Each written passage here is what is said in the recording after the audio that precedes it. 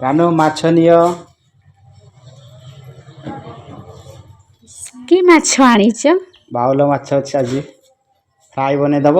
ହଉ ବନେଇବା ଆଉ। ଚାଲନ୍ତୁ ଆରମ୍ଭ କରିବା। ଲୁଣ ହଳଦୀ ଦେଇ ମାଛକୁ ଭଲ ଭାବରେ ଗୋଳେଇ ନେବା। ତାପରେ ଗୋଟେ କଢ଼େଇରେ ତେଲ ଦେବା।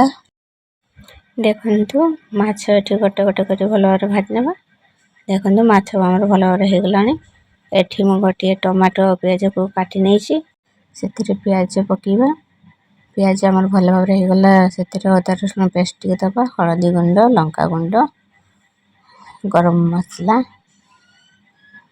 ତାପରେ ଟମାଟୋ ଦେଇକି ତାକୁ ଭଲ ଭାବରେ ଭାଜି ନେବା। ଏଥିରେ ଆମେ ଲୁଣ ଆଡ଼୍ କରିନେବା। ତାପରେ ତାକୁ ଭଲ ଭାବରେ ଟିକେ ନାଡ଼ି ପାଣି ଢାଳି ମାଛ ପକାଇ କିଛି ସମୟ ତାକୁ ଫୁଟିବା ପାଇଁ ଛାଡ଼ିଦେବା। ଦେଖନ୍ତୁ ତରକାରୀ ଆମର ଭଲ ଭାବରେ ହେଇଗଲାଣି। ସେଥିରୁ ଧଣିଆ ପତ୍ର ଆଡ଼୍ କରିନେବା। ଗୋଟିଏ ପାତ୍ରକୁ କାଢ଼ି ନେବା।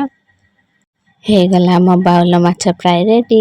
ଆମ ଚ୍ୟାନେଲରେ ନୂଆ ଆସିଥିଲେ ଲାଇକ୍, ସବସ୍କ୍ରାଇବ୍ ଏବଂ କମେଣ୍ଟରେ କୁହନ୍ତୁ କେମିତି ଲାଗୁଛି।